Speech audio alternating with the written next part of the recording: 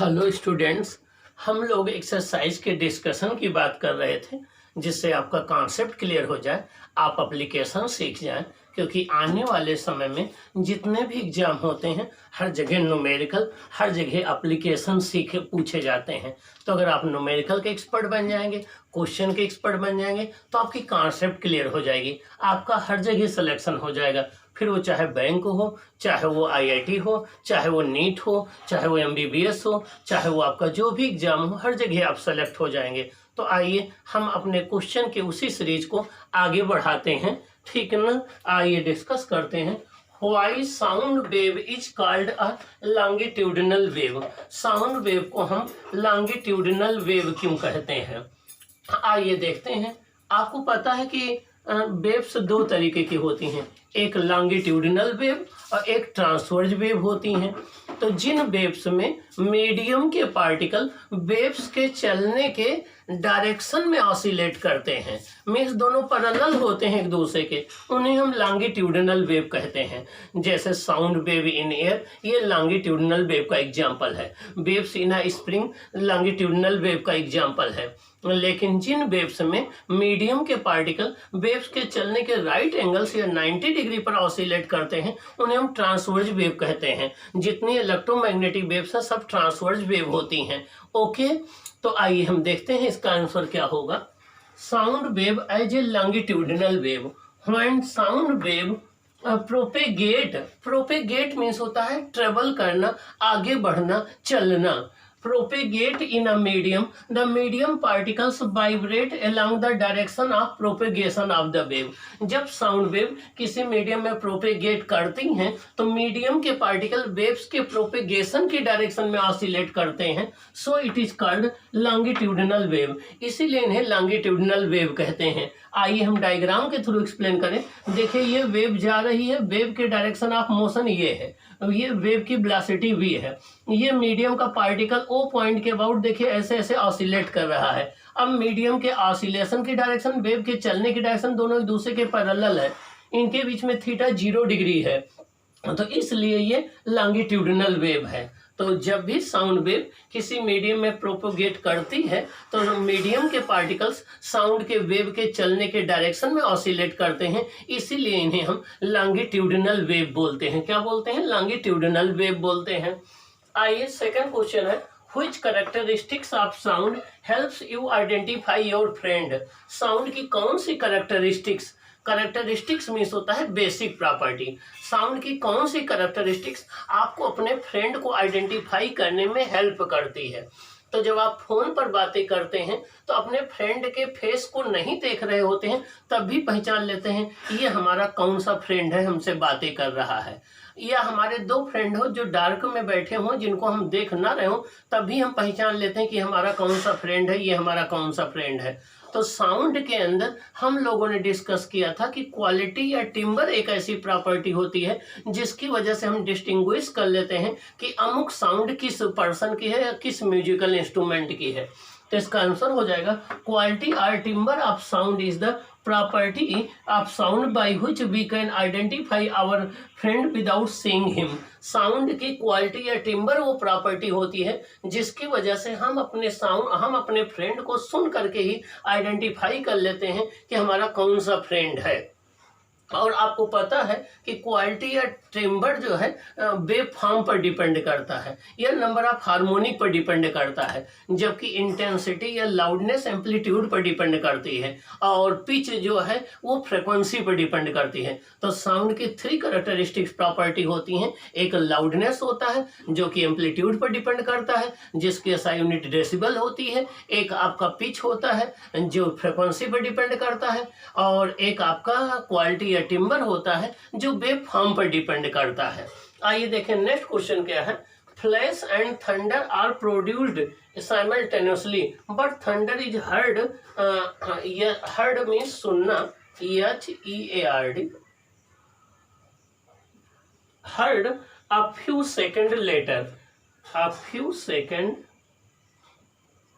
Letter, means thundering और lightning दोनों साथ साथ होती हैं, लेकिन हमें थंडरिंग जो है वो बाद में सुनाई पड़ती है, लाइटनिंग जो है वो पहले दिखाई पड़ती है। आइए देखें इसका क्या रीजन है। हमें तो पता है कि स्पीड जो लाइट की होती है 3 × 10⁸ मीटर पर सेकंड होती है, means 3 lakh metre per second होती है। सन से अर्थ तक, सन को लाइट को आने में केवल 8.5 मिनट लगते हैं। Is much greater than the speed of sound, means जो लाइट की स्पीड है वो साउंड की स्पीड से मच ग्रेटर होती है।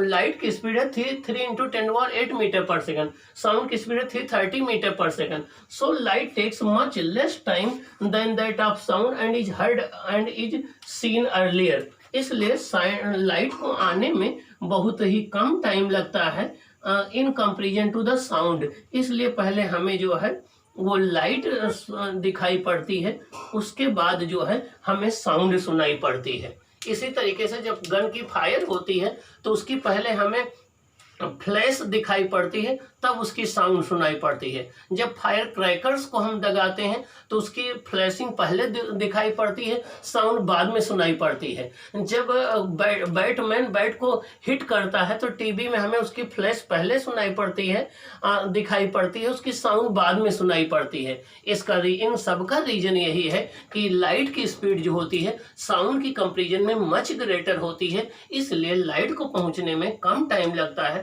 और साउंड को पहुंचने में ज्यादा टाइम लगता है। जब लाइटनिंग और थंडरिंग होती है तो हमें लाइटनिंग पहले दिखाई पड़ती है, थंडरिंग बाद में, उसका भी यही रीजन है। ओके, आइए अब हम नेक्स्ट क्वेश्चन देखते हैं कि नेक्स्ट क्वेश्चन हमारा क्या है। नेक्स्ट क्वेश्चन पर हम लोग डिस्कस करते हैं। नेक्स्ट क्वेश्चन क्या है हमारा, आइए हम नेक्स्ट न्यूमेरिकल देखते हैं। नेक्स्ट न्यूमेरिकल है हमारा, a person has hearing range 20 hertz to 20 kilo hertz. कोई पर्सन 20 हर्ट्ज से लेकर के 20 किलो हर्ट्ज के बीच में जो साउंड वेव होती हैं उनको अपने ईयर के द्वारा सुन सकता है। इन्हें हम ऑडिबल रेंज बोलते हैं और ऐसी फ्रिक्वेंसी को ऑडिबल साउंड बोलते हैं या हम सोनिक साउंड बोलते हैं। What are the typical wavelength of sound waves in air corresponding to these wavelength, corresponding to these frequencies, corresponding to these frequencies, corresponding to these frequencies? आपको इनकी wavelength find out करना है इन frequency के corresponding. The speed of sound in air is 344 metre per second. Means कोई person है वो 20 hertz से लेकर के 20 किलो हर्ट्ज के बीच की साउंड को सुन पाता है। अगर हम साउंड की स्पीड को 344 मान लें तो इन फ्रीक्वेंसी के करस्पॉन्डिंग उनकी ऑडिबल वेवलेंथ की रेंज क्या होगी। मीन्स जो ऑडिबल वेवलेंथ, जो ऑडिबल साउंड वेव होती हैं उनकी फ्रीक्वेंसी का रेंज तो 20 हर्ट्ज से 20 किलो हर्ट्ज होता है, लेकिन उनकी वेवलेंथ का रेंज क्या होगा। आइए देखें कैसे सॉल्व करते हैं। Solution 7 given. न्यू1 दिया गया फर्स्ट फ्रीक्वेंसी 20 हर्ट्ज, न्यू2 दिया गया 20 kilo hertz means 20,000 hertz. Speed of sound दी गई 344 metre per second. λ1 λ2 find out करना है। फॉर्मूला होता है v = न्यू लैम्डा। यहाँ पर न्यू फ्रीक्वेंसी है, यहाँ पर न्यू जो है इसको हम न्यू पढ़ते हैं, ये फ्रीक्वेंसी है, न्यू फ्रीक्वेंसी है। तो λ1 आपका हो जाएगा v/न्यू1 करेंगे, v कितना है 344/20, तो ये आ जाएगा 34.2 17.2 मीटर आ जाएगा। मीन्स जिस वेव की फ्रीक्वेंसी 20 हर्ट्ज है उसकी वेवलेंथ 17.2 मीटर होगी। मीन्स जिस साउंड वेव की फ्रीक्वेंसी 20 हर्ट्ज है उसकी वेवलेंथ 17.2 मीटर होगी। आइए अब λ2 निकालते हैं। v/न्यू2 तो 344/20 × 10⁻³ तो 20 किलो हर्ट्ज को हमने 20 × 10⁻³ कर दिया, तो ये हो जाएगा 17.2 × 10⁻³ मीटर। इसको सेंटीमीटर में अगर कन्वर्ट करना चाहे तो 100 से मल्टीप्लाई कर दें तो ये आपका आ जाएगा 1.72 सेंटीमीटर। तो जिसकी फ्रीक्वेंसी 20,000 हर्ट्ज होगी उसकी वेवलेंथ होगी 1.72 सेंटीमीटर, और जिसकी फ्रीक्वेंसी आपकी 20 हर्ट्ज होगी उसकी वेवलेंथ होगी 17.2 मीटर। तो वेवलेंथ का रेंज आ जाएगा 17.2 मीटर से 1.72 सेंटीमीटर के बीच में। ये आपकी वेवलेंथ का रेंज आ जाएगा। क्या रेंज आ जाएगा। ओके, आइए अब हम नेक्स्ट क्वेश्चन की बात करते हैं। two children are at the opposite end of a aluminum rod. One strikes the end of a rod with a stone. Find the ratio of the time taken by the sound waves in air and in aluminum to reach the second child. आइए देखें, ये देखिए, ये कोई एक aluminium rod है, इसकी length यल है, एक चाइल्ड यहाँ पर है, इसको हम चाइल्ड 1 मान लें, और यहाँ एक चाइल्ड यहाँ पर है, इसको चाइल्ड 2 मान लें। जब एक स्टोन से ये चाइल्ड यहाँ पर साउंड प्रोड्यूस करेगा तो वो दो मीडियम से जाएगी, एक तो एल्युमिनियम से होकर के यहाँ सेकंड चाइल्ड के पास पहुंचेगी, एक एयर से होकर के जाएगी, दोनों की स्पीड अलग अलग होगी, तो सेकंड बॉय तक पहुंचने में टाइम अलग अलग लगेगा। एल्युमिनियम में स्पीड ज़्यादा होती है तो एल्युमिनियम में जब साउंड जाएगी तो उसको टाइम कम लगेगा, एयर में स्पीड कम होती है तो एयर में जाएगी तो टाइम ज़्यादा लगेगा। Let the length of the rod be L and speed of the sound in air and aluminium is V A and V L.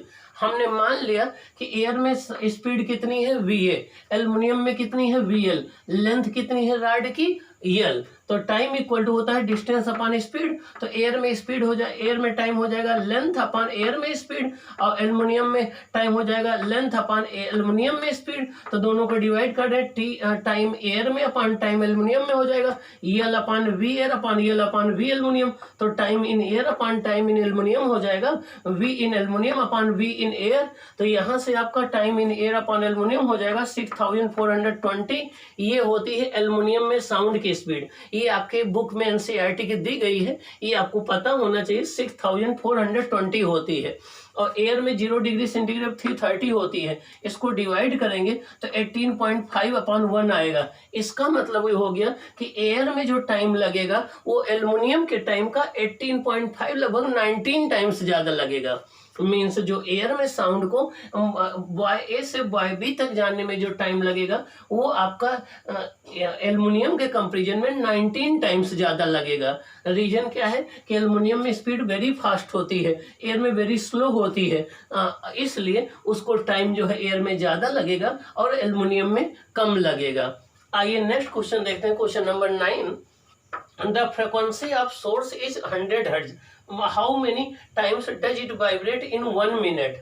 हमें पता है कि फ्रीक्वेंसी की डिफिनेशन क्या होती है, number of vibration in 1 second. 1 second में जो वाइब्रेशन होता है उसी को फ्रीक्वेंसी बोलते हैं। आपको फ्रीक्वेंसी दी गई 100 हर्ट्ज, इसका मतलब कि 1 सेकेंड में वो 100 टाइम्स वाइब्रेट कर रहा है। तो इन 1 सेकेंड 100 वाइब्रेशन। अब 1 मिनट में पूछ रहा है तो 1 मिनट में कितने सेकंड होते हैं, 60 सेकंड। तो इन 60 सेकंड कितना हो जाएगा, 100 इंटू 60 6000 वाइब्रेशन। तो 1 मिनट में उसके 6000 वाइब्रेशन हो जाएंगे। फ्रीक्वेंसी की डिफिनेशन होती है द नंबर ऑफ वाइब्रेशंस पर second is called frequency.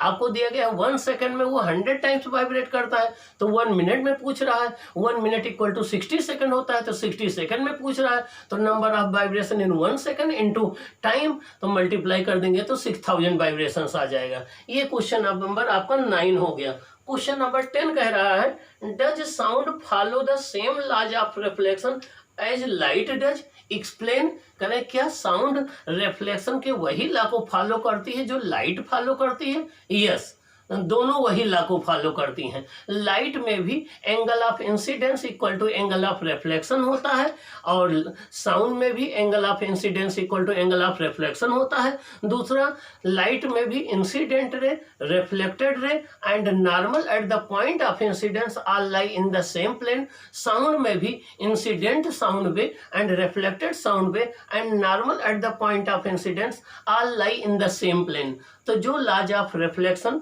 Light में फॉलो होते हैं वही लॉज ऑफ रिफ्लेक्शन साउंड में फॉलो होते हैं, लेकिन थोड़ा डिफरेंस है। लाइट का रिफ्लेक्शन स्मॉल ऑब्जेक्ट से भी हो जाता है, लेकिन साउंड के रिफ्लेक्शन के लिए साउंड के वेवलेंथ के कंपेरेबल की ऑब्जेक्ट होना चाहिए, और साउंड की वेवलेंथ 17.2 मीटर से 1.72 सेंटीमीटर के बीच में होती है। तो साउंड का रिफ्लेक्शन आसानी से होगा, बड़ी ऑब्जेक्ट के द्वारा भी हो जाएगा, लेकिन लाइट का रिफ्लेक्शन स्मॉल स्मॉल ऑब्जेक्ट के द्वारा होता है।